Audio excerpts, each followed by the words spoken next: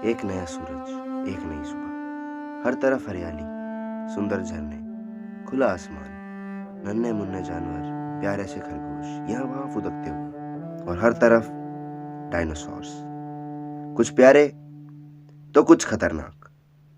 ये दृश्य है आज से 6.5 करोड़ साल पुराना। कितनी प्यारी दुनिया है ना। तो आओ आज इसे खत्म करें। ज्यादा कुछ नहीं चाहिए तो बस एक एस्टेरॉइड जो कि ज्यादा नहीं बस 10 किलोमीटर ऊंचा हो और ट्रैवल कर रहा हो साउंड की स्पीड से सिर्फ 60 गुना ज्यादा, जिसे गिराना है युकाटन पेनिनसुला मैक्सिको में। तो बस अब मौत का तमाशा शुरू करते हैं।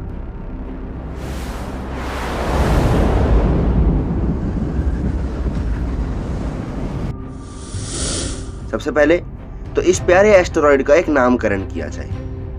इस पूरी वीडियो के लिए इस एस्टेरॉइड को तुम्हारा भाई बबलू बुलाएगा। तो आइए आज जानते हैं बबलू के कर्मकांड। जैसे ही ये एस्टेरॉइड बबलू, जो कि माउंट एवरेस्ट से भी ऊंचा और माउंट एवरेस्ट से भी बड़ा होगा, ये जैसे ही अर्थ पे गिरेगा ये कई 100 करोड़ों न्यूक्लियर बॉम्ब जितनी न्यूक्लियर एक्सप्लोजन प्रोड्यूस करेगा, जिनके सिर्फ 2 में हिरोशिमा और नागासाकी की लंका लग गई थी। तो सोचो 100-200 करोड़ में तो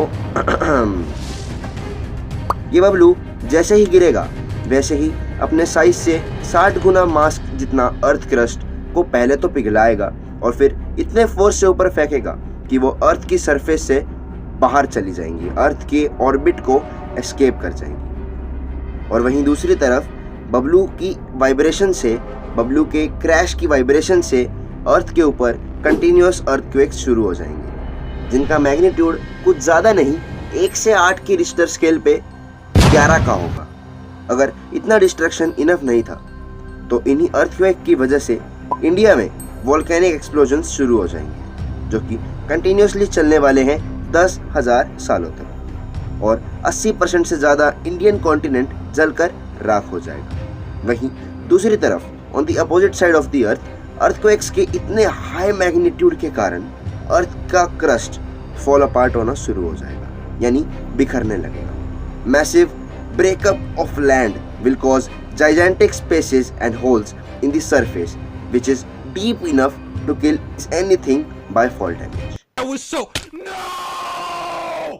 अब अनफॉर्चुनेटली बबलू ओशन पे गिरा था, तो इम्पैक्ट एरिया से सुनामी और मैसिव वेव्स प्रोड्यूस होना तो बनता है। सुनामी वेव्स ज़्यादा नहीं बस 1 किलोमीटर ऊंची और 10,000 किलोमीटर दूर तक ट्रैवल करेगी चारों दिशाओं में, लिटरली इन ऑल डायरेक्शंस। और अभी तो मजा आना शुरू होगा। अभी कुछ ही मिनट पहले जिन अर्थ क्रस्ट की मैं बात कर रहा था ना, हाँ वही जो ब्लास्ट के इम्पैक्ट से स्पेस में चली गई थी, अर्थ की ग्रेविटेशन फील्ड से बाहर चली गई थी।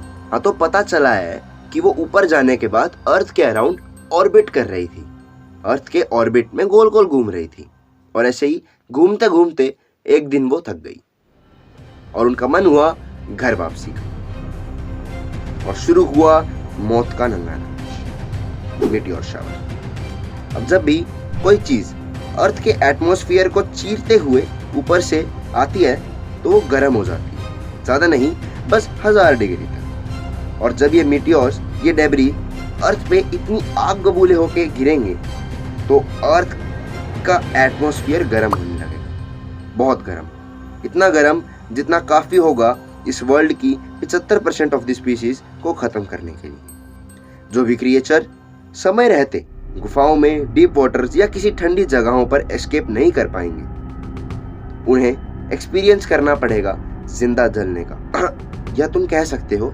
जिंदा पकने का दर्द। और अगर एक आधा मीटियोर जंगल में गिर गया तो शुरुआत हो जाएगी मैसिव वाइल्ड लाइफ बर्निंग या मैसिव फॉरेस्ट फायर, और इसी के साथ जल के राख हो जाएगी सारी लैंड स्पीशीज। अब कुछ भाइयों को लग रहा होगा कि यार ओशन स्पीशीज तो बची रह गई, उन पे तो कोई असर होगा नहीं ना।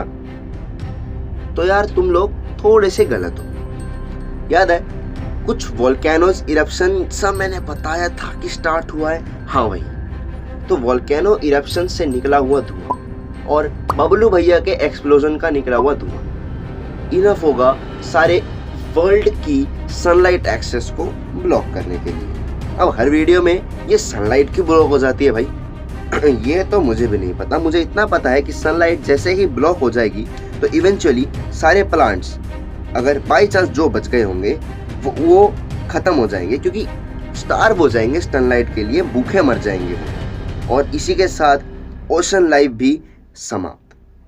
और एक चीज जो कभी समाप्त नहीं होगी, वो ज्यादा नहीं, बस मेरा तुमसे सब्सक्राइब, लाइक, शेयर और कमेंट की भीख मांगना। डायनासोर्स कैसे गए आज ये तुम्हें पता चल गया।